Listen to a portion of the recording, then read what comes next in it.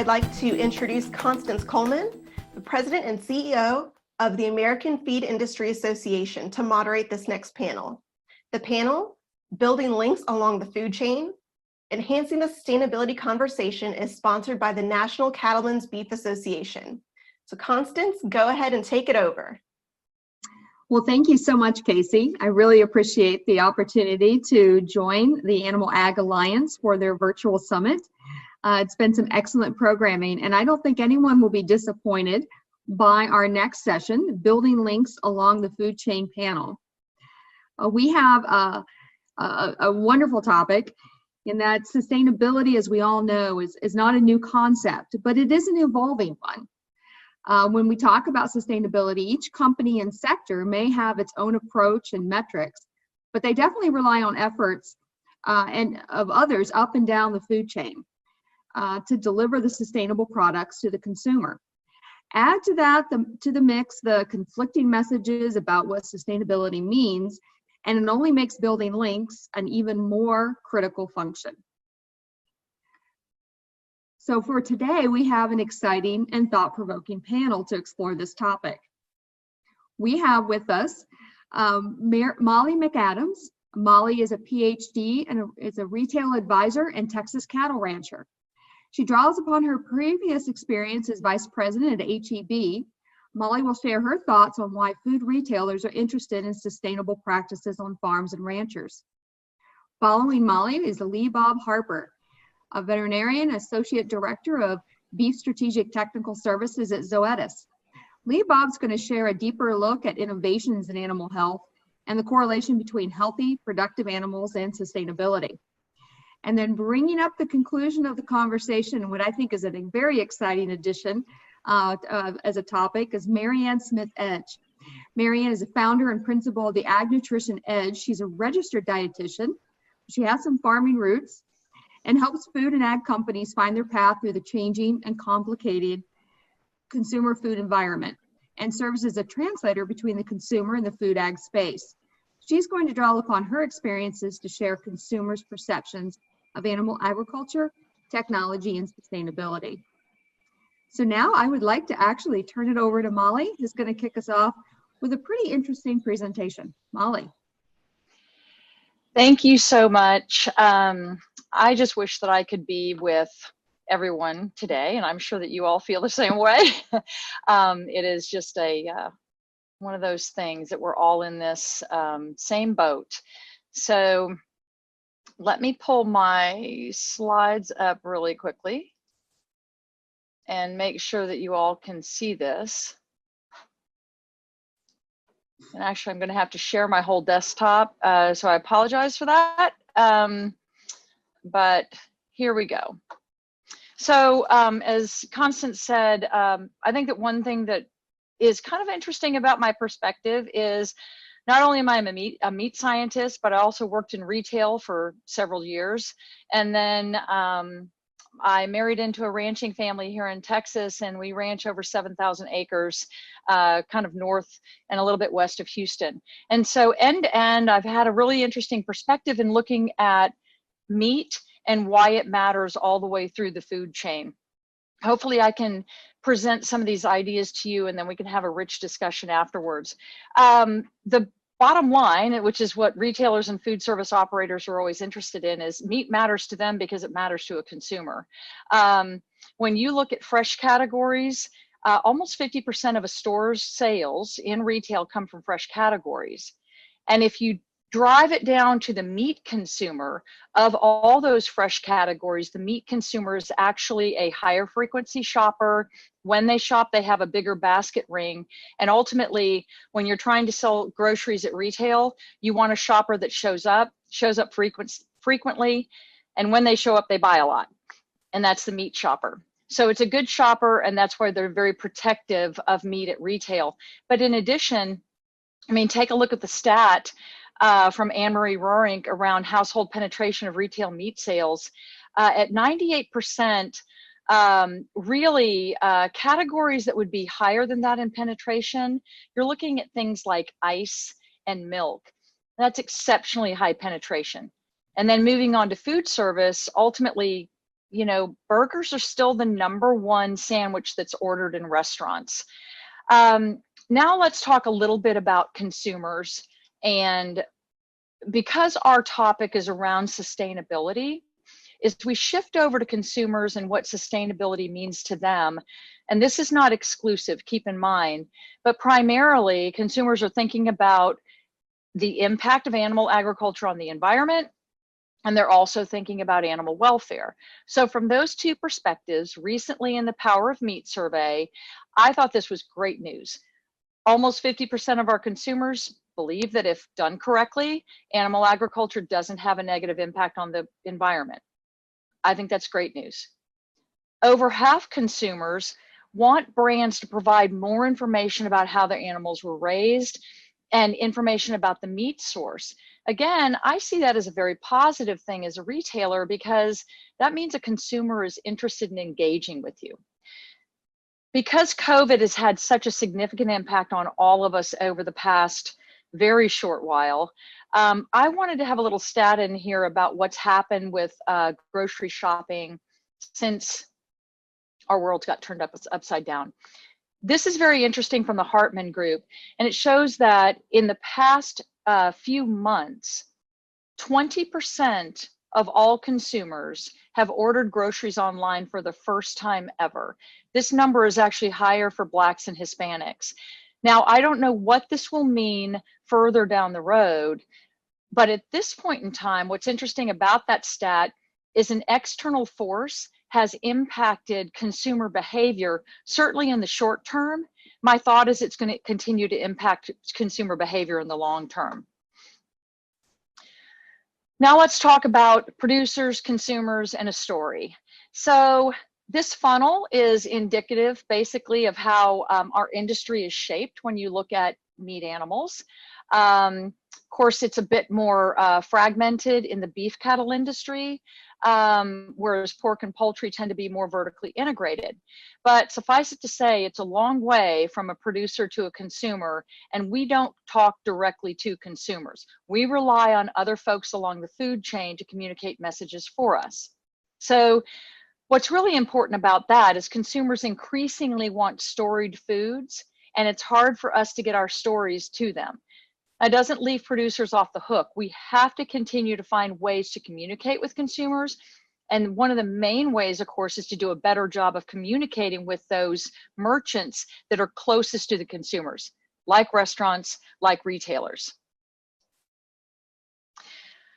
Now I'm going to switch topics to, or kind of evolve into a conversation of between the beaches.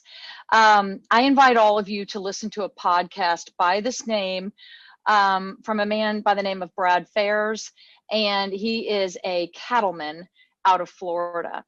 And basically what he tees up and what he's talking about are the millions of acres of wild country that ranchers and stockmen and agriculturalists control.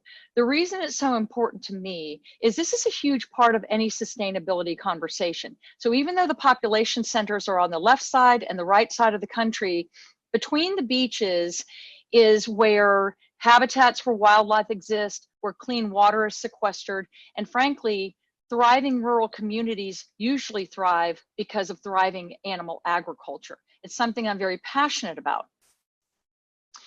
A common conversation is that there are too many cattle in North America. There are too many cattle in the United States. In fact, 30 to 60 million bison roamed the US in the 1500s. Now there's 93 million head of cattle in this country. But if you look more specifically at Florida as a microcosm, I'm a native Floridian, and I think all of us can imagine with the shape of the state of Florida, those beautiful beaches on either side, what happens in the middle of that state. And, back years ago, if you think about it, Florida would have been almost uninhabitable for humans before air conditioning. It's tough in the summer with air conditioning. So in the 1870s, there were less than 1 million head of cattle, but only 140,000 people. Then by the 1950s, that ratio completely flipped. 2 million people and only 1 million head of cattle, right, to feed those 2 million people. Now, with exponential growth in the population of people in the state of Florida, that now it's a 1 to 15 ratio of cattle to people. And so when I think of folks who tend to blame animal agriculture for environmental disruption, for pollution, it's really critical that we're able to defend our industry with proving that, and I'm not suggesting in no means that that we would curb population growth. Please get me straight on that one. But it's really important to recognize that population growth has a huge impact on environmental stability in this country. Case in point, LA a year ago and their famous smog versus our mandatory quarantine and virtually no transportation. You can find examples like this all over the internet of what has happened since transportation has basically ceased, and we all become essentially a part of an enormous global human study. So it's really important to recognize the impact that we all have on the environment. Now I'm going to walk you through when I think of rural environments, when I think of ranching and the impact of cattle ranching on all of humanity. What you get with cattle is you get beautiful vistas, you get wide open spaces, and you get gorgeous environments. Water, cattle, flyways for birds, biodiversity for trees, and for grasses. And ultimately what you have is something that will impact all of humanity because it's to the benefit of all humanity. So where our ranch is, just northwest of Houston, it's on the Trinity River watershed. So the Trinity River accounts for about 85% of the drinking water that goes to the city of Houston. So when I talk to Houstonians about our ranch, what I tell them is that the first drop of rainfall that ends up in the water supply in Houston is actually falling on a ranch just like ours. So land fragmentation and land use change is rampant, and it usually is a result of kind of a decreased possibility for monetizing normal agricultural practices. When land fragmentation occurs, it doesn't usually go back into more rural spaces. In fact, what happens as ranches get sold off, they turn into suburban or urban areas. The rain still falls on those areas, but then it's filtered through asphalt. Cars drive through it, and the water that we're able to sequester off of urban or suburban areas is no longer clean water sequestered, it's actually contaminated water. In addition, flyways go away and we lose wildlife habitat. So as you can see, I'm very passionate about the meat industry, but I'm also deeply passionate about how animal agriculture contributes to sustainability for all of humanity and these beautiful spaces. Now I'm going to turn it over to Dr. Harper so that he can talk a little bit more about growing practices and further explain sustainability and how it affects animal agriculture. Thank you.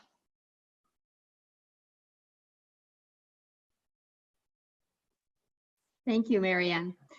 Or Molly, sorry, do we have Lee Bob available? Yes. Fantastic. Take it away, Lee Bob. Okay, thank you. See if I can get the slide to advance here. There we go. All right, thank you, Molly.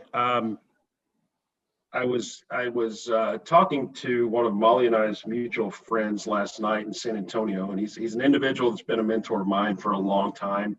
And he's one of those individuals that when I need a little pep talk, a little pick me up, a little motivation, a little confidence, I give him a call. So I gave him a call last night to talk about this big event today and the privilege I had of being on a program with Molly, and was hoping for a vote of confidence.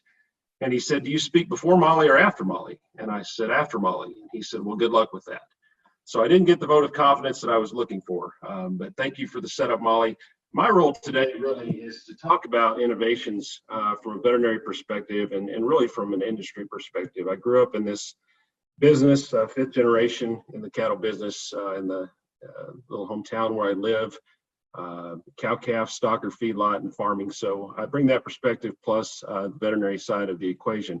But really what I want to talk about today is how in the last 60, 70 years, we've progressed from raising cattle 100% in an environment such as the picture on the left to at least part of their lives, the last 150 to 300 days, depending on what age and weight they go into a confinement setting. We've progressed to the picture on the right.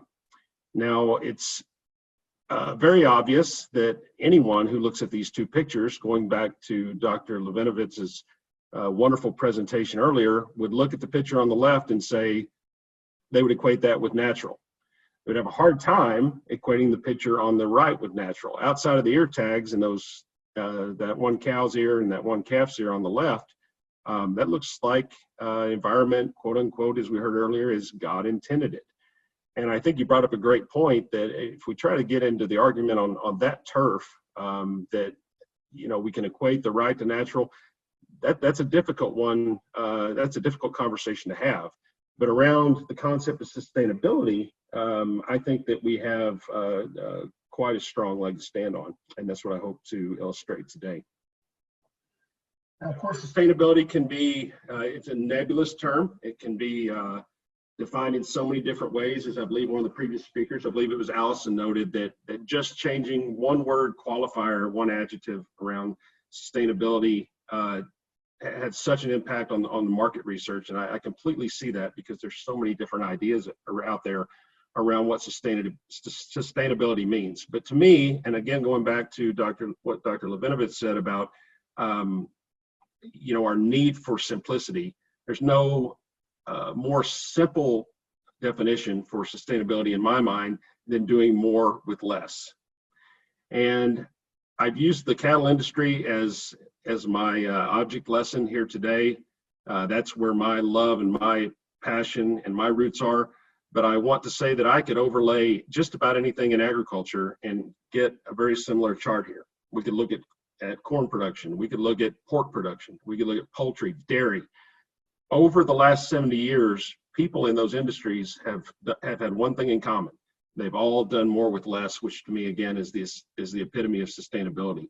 Let's look particularly with this chart at beef production.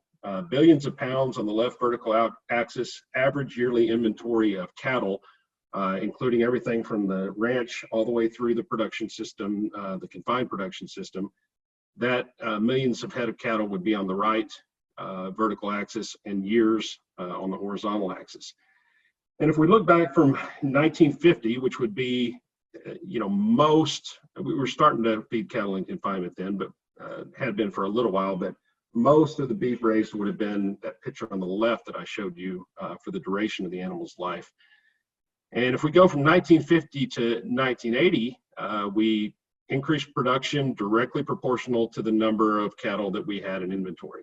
If we wanted to increase production, the only way we did it was to increase the size of the cow herd, ultimately increase the number of animals further down the chain, and that was the choice that we had. Now, I'm not going to say that no innovation was occurring there, because I do believe the relative land use that we were using related in comparison to that increase in inventory was something to be lauded. But the fact is that required more and more and more and more land and more and more and more and more resources. So really the innovation all kind of occurred at an evolutionary pace up until 1980, when we had kind of this perfect storm and this pickup of the clip to more of a revolutionary pace. And a lot of things converged right there. A lot of things started to happen at once that I'll talk about later. But the point is, today in 2020, we're producing a whole lot more beef with a whole lot less animals. And to me, again, I don't know how you can define sustainability any better than that. Who's been the beneficiary of that?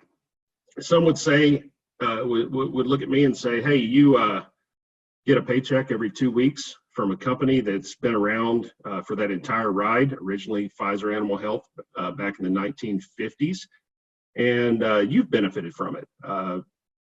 a lot of profit in there related to the technologies made by pharmaceutical companies. That's not all. We'll talk about some other things in a moment. And I fully acknowledge that's true. I have benefited from it. My family's benefited from it. But I can make the argument that the population as a whole has certainly benefited from it. If we look at the percentage of our discretionary income in the U.S. that we use on food, it's pretty close to unrivaled around the world.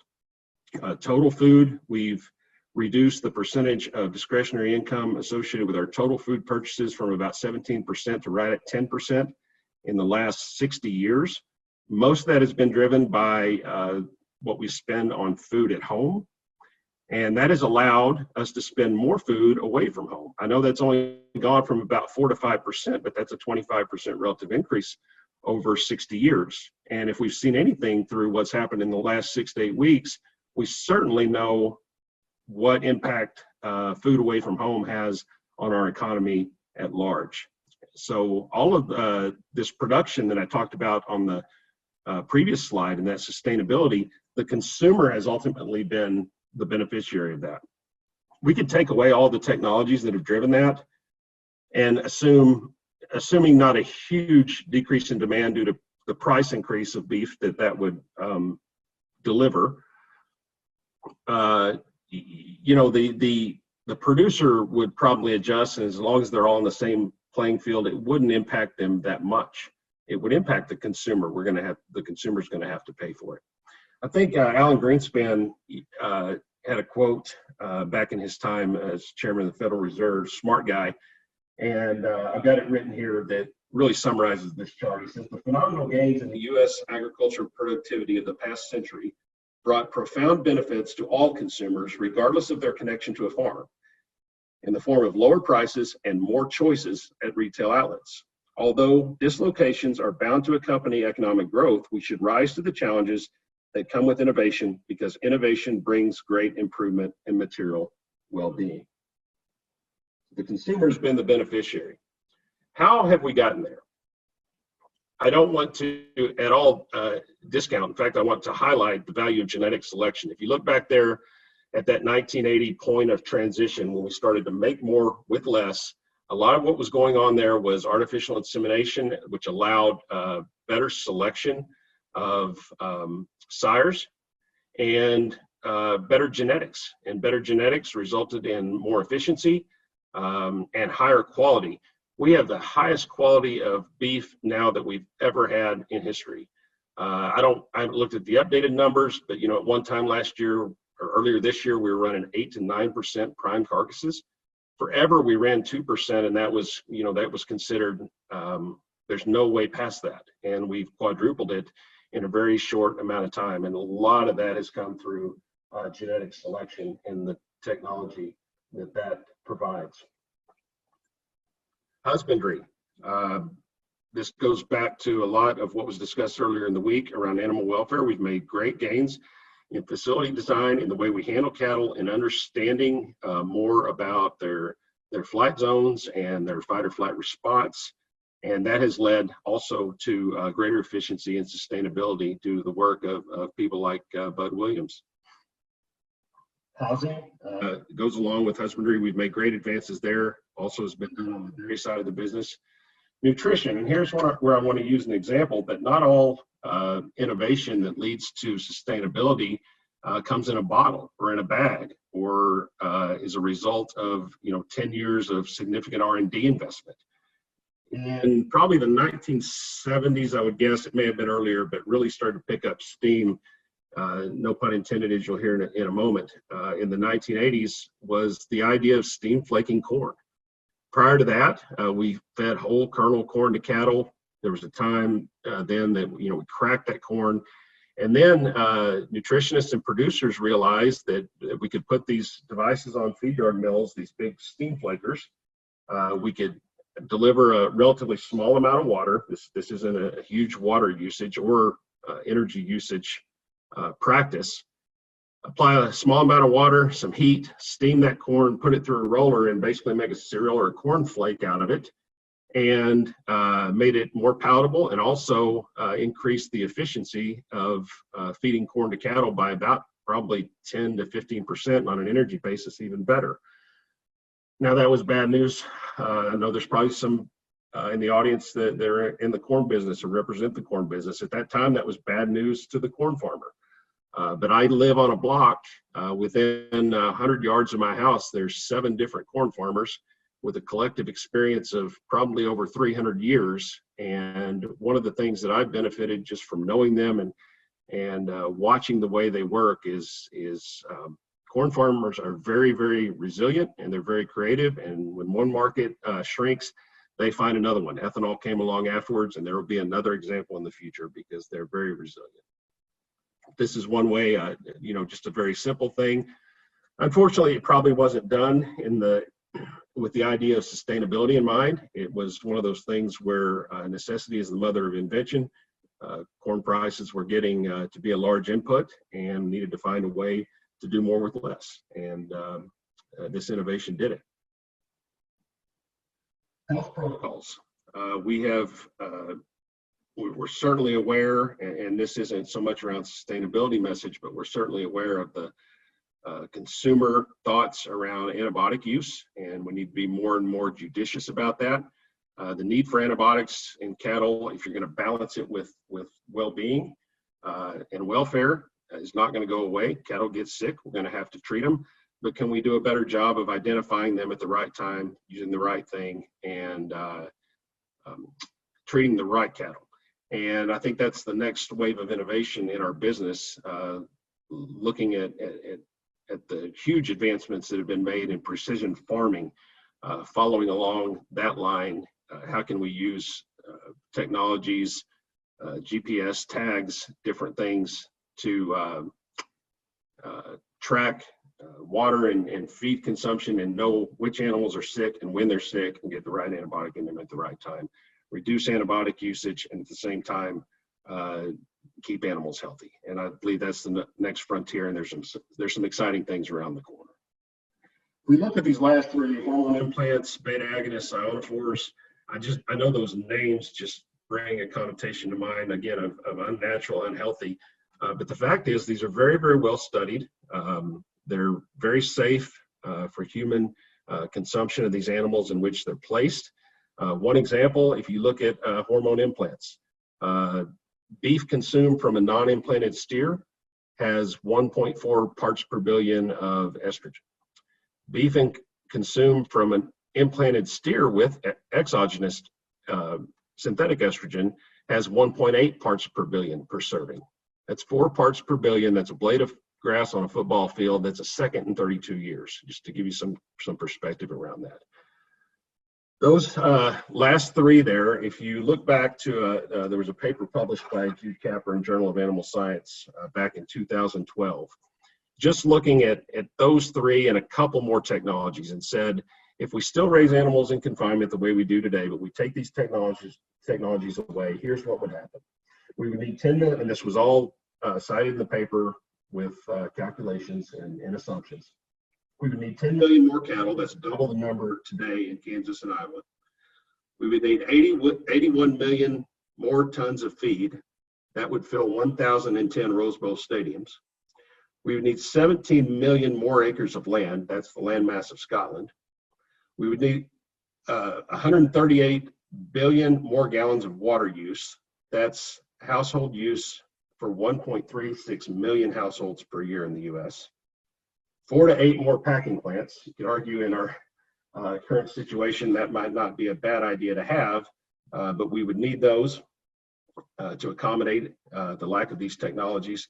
And we would produce 18 million more metric tons of CO2, which is the emission of 3 million cars driven annually. And those additions to the paper were courtesy of Sustainable Beef Resource Center.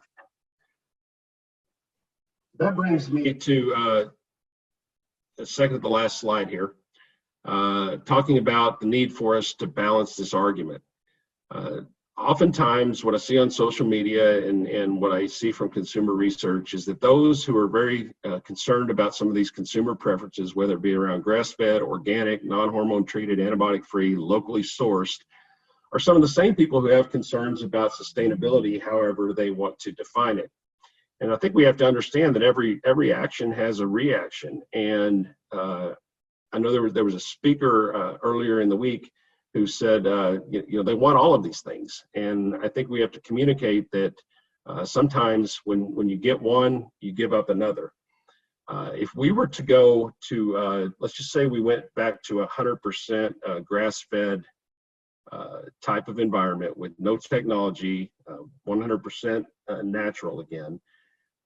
Thomas Elam and Rodney Preston published a study about 15 years ago where they did some calculations, and a lot of these calculations are a lot like COVID-19 models. They're built on a lot of assumptions, and people can argue with the assumptions. They basically said that that's the extra landmass that we would need, the black area. That means no one could live there. There could be no national parks. There could be no other industry. We would need that just to supply our domestic and export beef demand today. Now, if we didn't, we would have to import more. You're looking to places like Brazil, and they would have to destroy millions of acres of rainforest in order to accommodate that. So there's always a give and a take. And I think, I'll just use a personal anecdote to tell you that we can engage in these conversations. It's possible. It does take time, because for every one of us in agriculture who take these things for granted and understand them, there's 99 who it's not their fault. They just don't have the exposure, so they don't understand. So they're at the mercy of whatever tweet they see or whatever their neighbor says. But these conversations can be had with this generation. Not picking on millennials. I think they have some great qualities, and I actually enjoy working with many of them. And I found that they will listen, and you just have to be able to engage them. And again, a personal anecdote, I mentored a young man while he was in high school. He went off to the city, got exposed to some other perspectives, and that's good. And I noticed on his social media posts that he was very concerned about sustainability. Just kind of followed him. And then one day he posted something about one of these beef technologies that I referred to before being, and it was negative. And knowing that, his generation doesn't really like to talk on the phone, I didn't call him, but I didn't respond publicly. I just sent him a private message, and I said, do you want to know more about this? And he said, yes. So I explained to him some of what I've talked about today, and this balance, and that if we took those things away, what would happen from a sustainability response. And he actually went back and retracted the post and cleared it up. So again, is it possible? Yes. Yep. And Lee Bob, that's actually a perfect segue to Marianne, I think, because she'll have something very similar with on the nutrition side, some of those trade-offs. So that's a great segue to that. Thank you very much. And Marianne, I'd like for you to pop in. Thank you, and I realize the time is short, so I will move through this, and some of the slides that I will talk about have actually been communicated in previous. So I'm very glad to be part of it. I too am a sixth-generation farm owner, but come from a dairy background rather than beef, but combining the nutrition as well as the ag side. It's really important to talk about here about balancing nutrition with the sustainability conversation. Next slide. When we talk about, as mentioned in the previous panel, as well as Molly and Lee Bob, sustainability is the conversation across the food value chain, from producers to definitely the CPG companies. And even though as shown on this slide, there may be various ways that individuals are addressing sustainability, it's still being addressed. And it also brings home that, as was mentioned previously, sustainability is a broad conversation. Next slide. In fact, last year with the Mintel, when looking at consumer trends, is that it was defined, rather, sustainability as evergreen consumption, where consumers are really looking at the broader view of sustainability spanning the entire product life cycle and really upcycling. In fact, as it was noted here, like nutrition, sustainability will become an expectation for companies to offer to consumers. Next slide. And as Ali had mentioned, and myself being a former IFIC individual, I think the one thing here is that, as we've known, when it comes to purchasing, taste and price is definitely top of mind for consumers. Sustainability has some importance, but we see, as noted previously, that when it's defined as environmental sustainable, the importance wasn't quite as high as previous years. So when we go to the next slide and we look at about overall the importance, the interesting thing here is that over 50% of consumers said that they place some type of importance in how their food is grown and produced sustainably. But I think what was mentioned, and I think Ali mentioned it as well, but hearing the other speakers is from their perspective, it is mentioned more as being labeled locally or as non-GMO or organic. Again, kind of going back to what our keynote speaker mentioned, kind of tying in that natural, holistic concept. But then when we go to the next slide and looking at, we see that adding to that conversation, over 50% of individuals not only say it's important to know where food comes from, but they also say that knowing that the manufacturer or the CPG company basically has produced it in an environmentally sustainable manner is really important. It may be important, they may not truly understand what that actually means. So when we move to the next slide, please, is that when we talk about looking at the whole sustainable development goals, and every CPG company commodity is really looking at some of their sustainability platforms based on this. And it's really from where did nutrition and sustainability really converge. And I'd like to think that even though we were talking about that in tandem in the 1980s, really in 2010 at the FAO conversations, did we really start talking about, well, how was the 21st century diet going to really connect human health as well as environmental health, where previously we'd only worked on human health before. So I think it's important when we look at is that it was from this conversation that the 17 sustainable goals, and of course number 2 is the reality is where we all focus, as well as some of the other ones, on achieving zero hunger by 2030. So as we talk about the sustainable goal developments and move to the next slide, is that I really look at when we talk about sustainability, it really isn't one person. When sustainability first started popping more from the business side of looking at that triple bottom line of planet, people, as well as economics and profit. So the sweet spot is that something truly is sustainable if it is environmentally sound, economically viable, and provides that health and wellness and social well-being. Next slide. And as we know is that even when we look at that sweet spot, and definitely looking at some of the animal protein, and this was mentioned in a previous presentation, is that people still have looked at the whole concept in a different lens. And of course, in 2019, the Eat Lancet Healthy report came out and making reference to the healthy reference diet.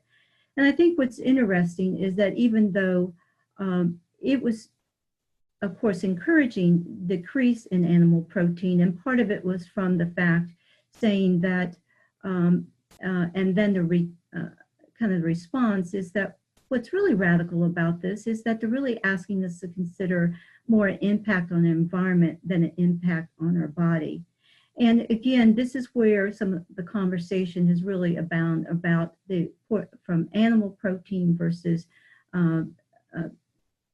plant protein in this regard. We know that really the credibility of this whole report and diet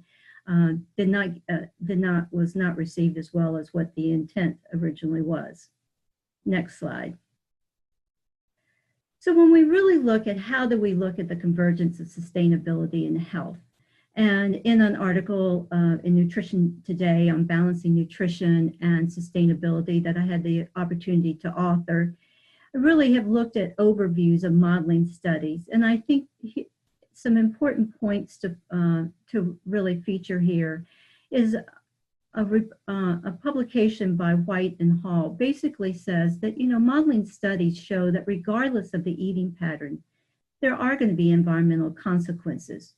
So if we only eliminated animal-based foods in US-based diets, the reality is that we would only see a less than 3% reduction of total greenhouse gas emission. However, if we went to a total plant-based diet, we would need to increase food production by 23%.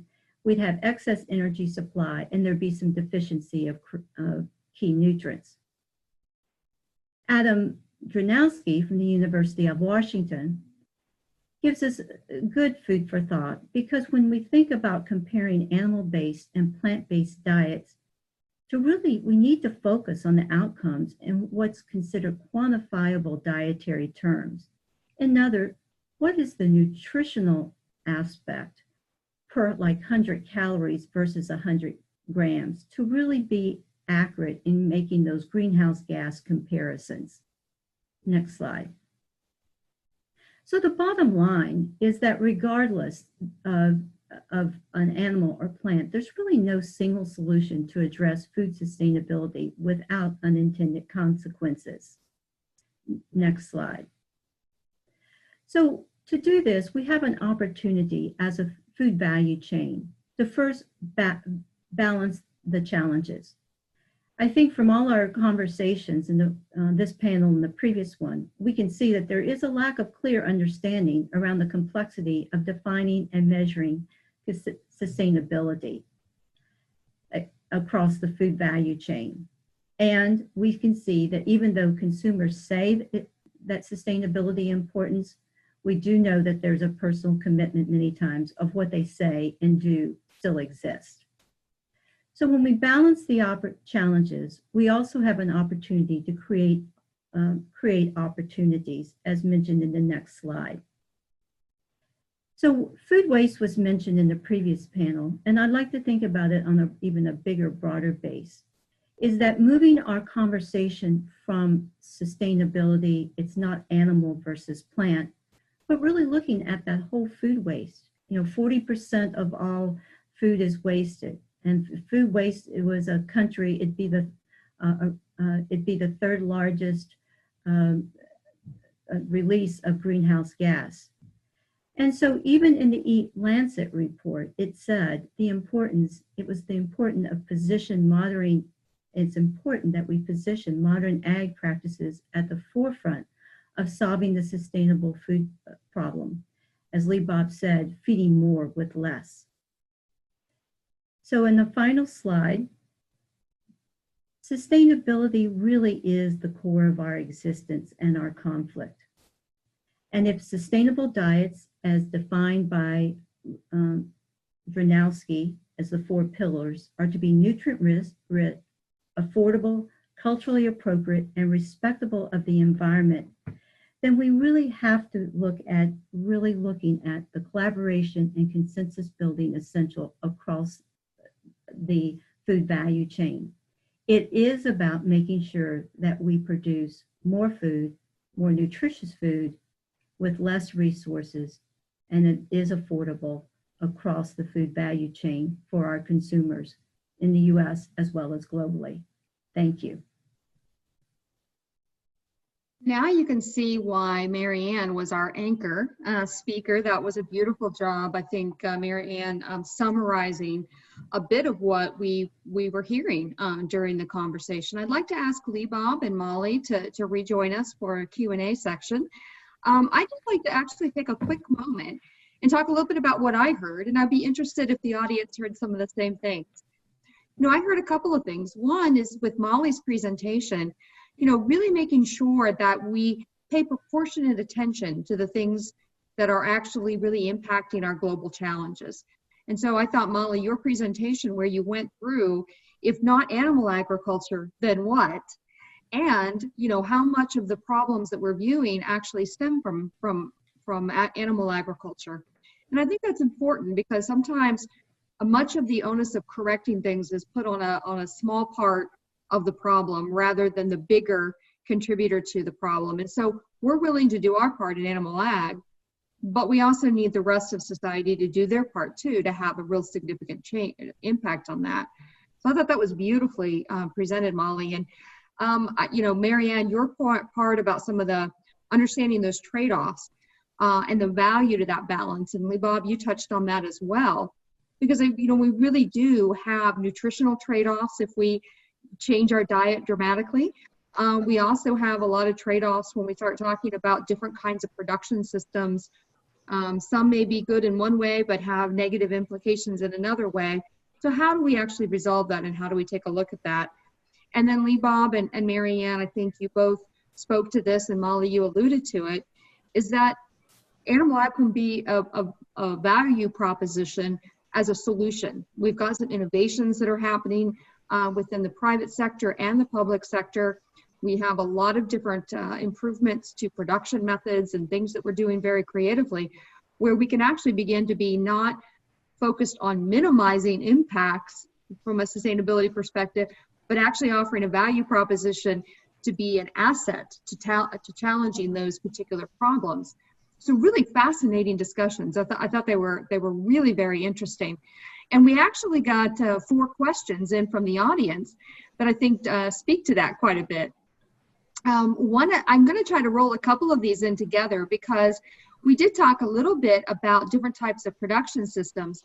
And we talked about a little bit on natural labels and absence labels. And oftentimes, I think I've heard people refer to those as proxies for sustainability. If consumers don't understand what it takes to sustainably produce something, and we're not in there filling that vacuum of information, other folks do step in and provide definitions, whether they necessarily accurately represent the system or not. And so one of the questions that we got was, how do we actually take a look at the contradiction? So we see like some of the younger generation wanting to have natural, but yet they love their smartphone, right? Or that they also want lab-based meat when they say that they want natural. So is there some confusion in there? And how do we kind of resolve that and get to that point? So I'm going to start, Marianne, with you, and then Lee Bob, and then Molly on that, if we can. Well, I think to your point, there is confusion, and the reality is that there, as even the previous panel mentioned, is that there's a lack of clear and clarity on what sustainable is. And even in our conversations is that when it's not really just environment versus economics versus health and wellness. It really is a combination of all three. But in many times what we think about from sustainability, you're right, from the natural standpoint, is folks want to go back to what was brought out in that survey is local as being non-technology. And I think that's an issue we've dealt with in agriculture technology, is why the non-acceptance of it. But I think the more we are transparent and we talk about that, the combination of the three, plant, people, and the economics, is if we can build that strategy across the food value, it brings some level of understanding. I'm sorry, Lee Bob, your thoughts on that? Thank you. I think it goes back to, there was a speaker a couple of days ago, Dr. Croney, who said something that really caught my attention, that I'm paraphrasing, but something to the effect of, we got to have the conversation with these individuals to really understand what it is that's driving their thoughts and what it is that they want. And when we can better understand that, we can better educate and we can better provide information. And, I think the example I gave earlier is my, my personal experience that you've got to be able to have the conversation, and it can't be, it needs to not be contentious. It needs to not be over social media.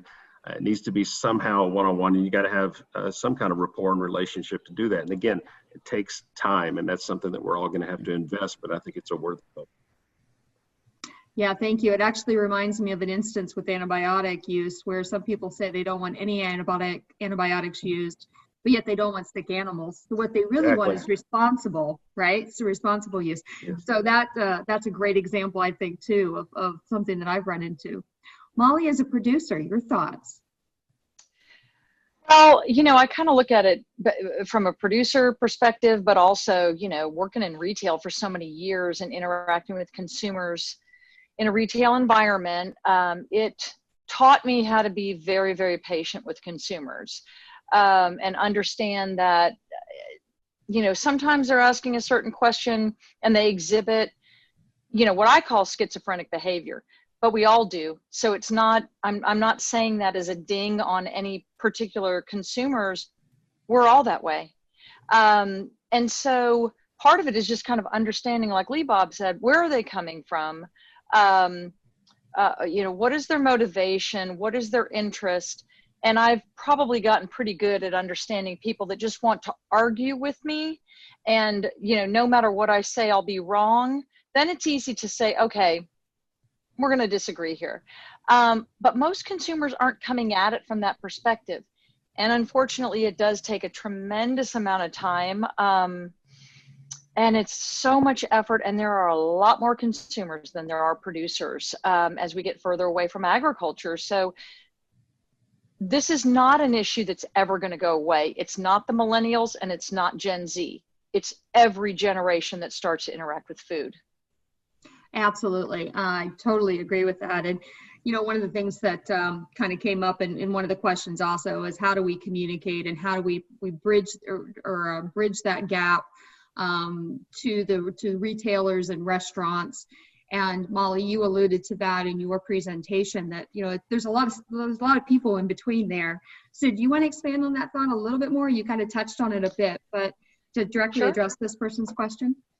So that's actually a lot of what I've done since I've left HEB is I've kind of been in these conversations along the food chain where there's either manufacturing or production that they don't really know how to talk to retailers. And since I was one, I helped facilitate a lot of those conversations.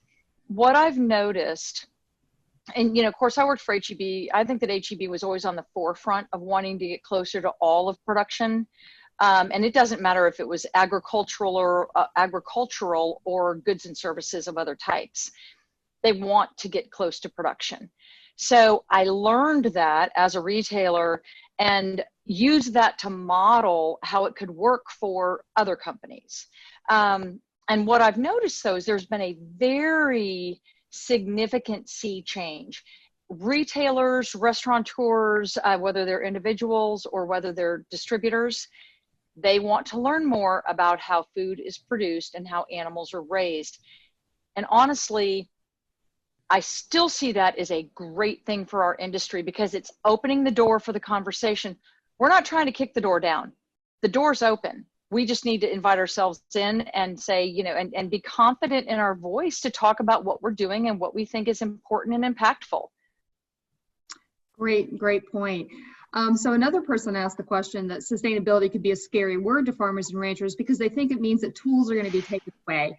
And Lee Bob, your point was right on about the fact that sustainability sometimes requires more tools, not having tools taken away. Do you want to kind of address that a little bit? Because I think innovation oftentimes is missed as an important part of being able to meet these sustainability needs.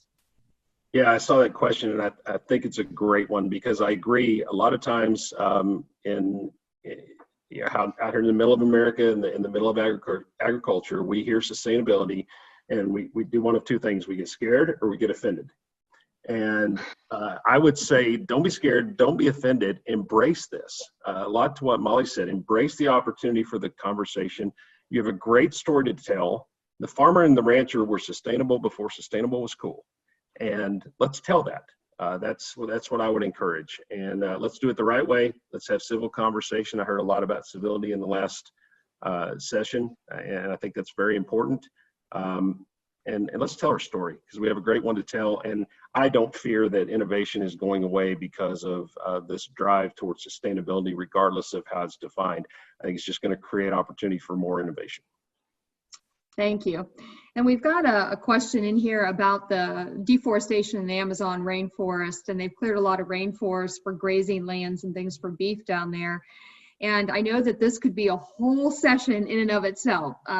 So I'm going to kind of take the liberty of pointing out that, I think when you're looking at two different types of ecosystems, it is important to understand the natural ecosystem of a place. And of course, the Great Plains is a perfect ecosystem for a lot of those grasses and things and forages and things that work well for animal agriculture and beef production in particular here in the US, where it's not the same kind of situation down in Brazil, but yet there are some opportunities there for them to tackle that sustainably.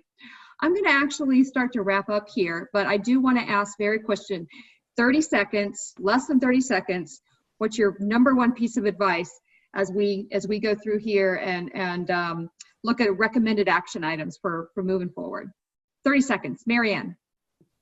I think the important thing is to be transparent and clear on really connecting sustainability to animal agriculture, as mentioned, but also talk about the benefits from the nutrition standpoint as well. Thank you. And Molly. I would say it's to kind of put yourself out there. It's your way of life, it's your living, it's your education. Use it for the greater good. Fabulous advice as well. Lee Bob, you're the anchor there. Embrace your story, tell it, and don't forget to tell it to your own children and grandchildren. Don't assume they'll pick it up by osmosis, because my own child came home from school with some what I would consider misinformation. I had to clear it up. Don't assume that and neglect it. I work on all 53 of my nieces and nephews in lieu of kids, but I'm there on it. So thank you all very much. We really appreciate this. Has been a fabulous discussion. Really excited to share with everyone their Twitter handles. Molly, you win for the most creative at Gator Mama Molly. You hands down, you win that one. But you see the Twitter handles of everyone there. Follow some of these folks. Good stuff, and I really appreciate your participation.